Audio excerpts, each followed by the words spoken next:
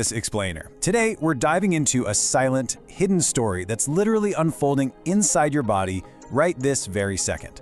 I want you to think of me as your specialized doctor today, here to guide you through a really fascinating clinical journey about how your body handles stress. We're going to focus closely on the major player in that story, cortisol.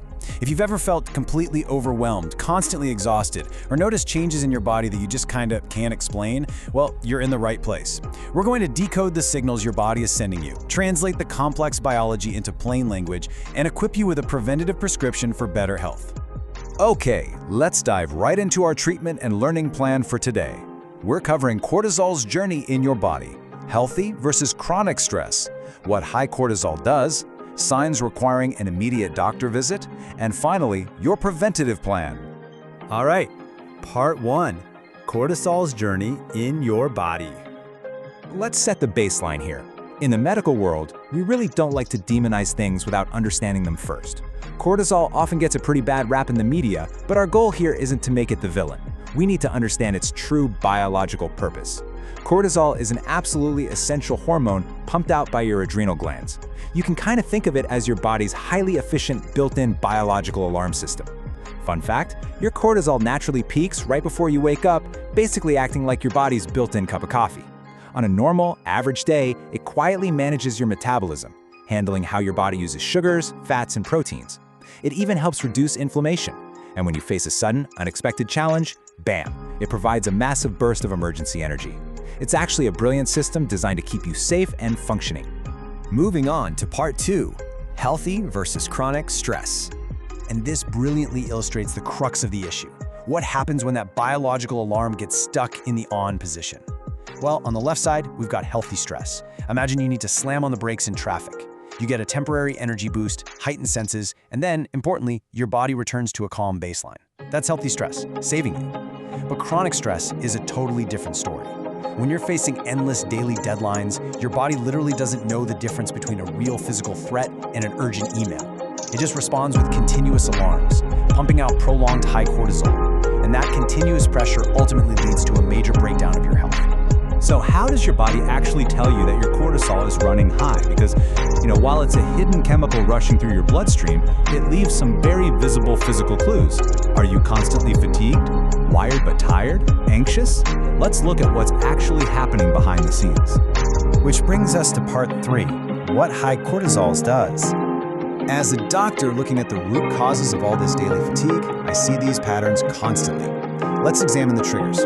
Constant psychological stress and anxiety are number 1, for sure. But look at the others: lack of sleep, an unhealthy diet, and physical inactivity.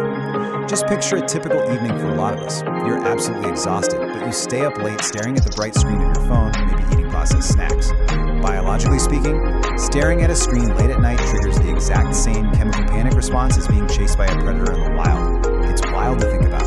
We literally have to outsmart our own modern habits. Oh, and prolonged use of certain steroid medications can also cause this severe spike too. When this chronic alarm is ringing non-stop, your body goes into hoarding mode. It's like a giant puzzle where the pieces are being put in the wrong spots. It shifts your metabolism, leading to belly fat accumulation. It hoards fat in your liver, upping the risk for non-alcoholic fatty liver disease.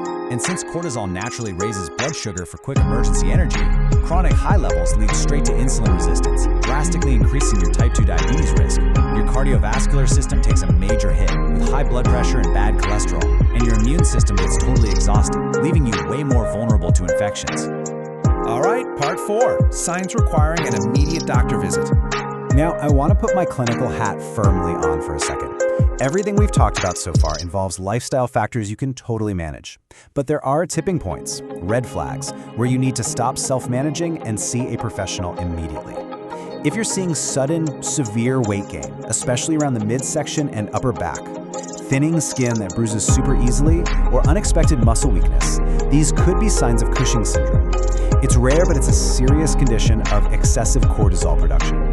Also, if you're dealing with severe, unmanaged high blood pressure, do not wait. These are explicit warning signs that it's time to consult a medical professional right away to get your hormone levels checked. Let's move to part 5, your preventative plan. So assuming you've ruled out those severe red flags, we arrive at the most empowering part of our journey, your prescription. You have the ability to restore balance to your body, And the crucial point is right here, 7 to 8 hours. Prioritizing 7 to 8 hours of regular, high-quality sleep is the absolute foundation of everything.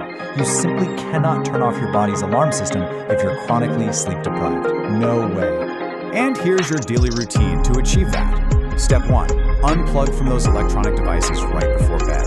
That blue light from your screens literally tricks your brain into thinking the sun is still up, and there's a threat present. Stepping away entirely stops your brain from feeling threatened. Step 2. Create a quiet, deeply dark environment to signal absolute safety to your nervous system. And step 3.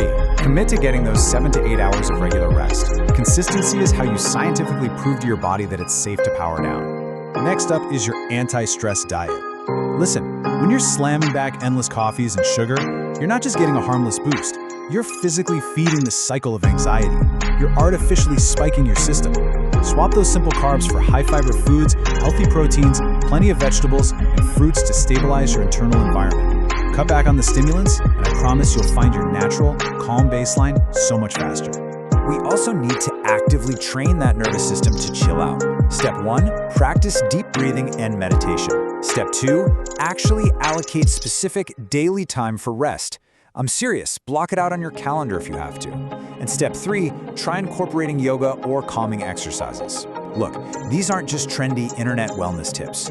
Clinically speaking, these mindfulness routines act like a manual override, actively dialing down your cortisol levels and giving your overloaded mind a much-needed break. Now, what's really interesting about this slide is this golden rule right here. When you have high cortisol, your body floods your bloodstream with excess sugar, prepping you to fight or run away. If you just sit at your desk stressing, that sugar basically turns right into belly fat and anxiety. But physical activity, it acts as a literal release valve. Regular exercise burns off the panic. It takes that excess sugar and converts it into the energy your body actually needs, dramatically lowering your overall stress levels. It's a real game changer. We've covered a ton of ground today, right? From the biology of your adrenal glands to the practical steps of outsmarting your screens and moving your body, you now have the knowledge to take back control of this biological alarm system. So I want to leave you with one final thought-provoking question. What is the very first step you're going to take tonight to lower your stress? Are you going to put the phone away an hour early? Maybe prep a healthier meal for tomorrow? The choice and the power to heal is entirely yours. Thanks so much for joining me on this explainer, and I wish you a totally calm, balanced, and healthy week ahead.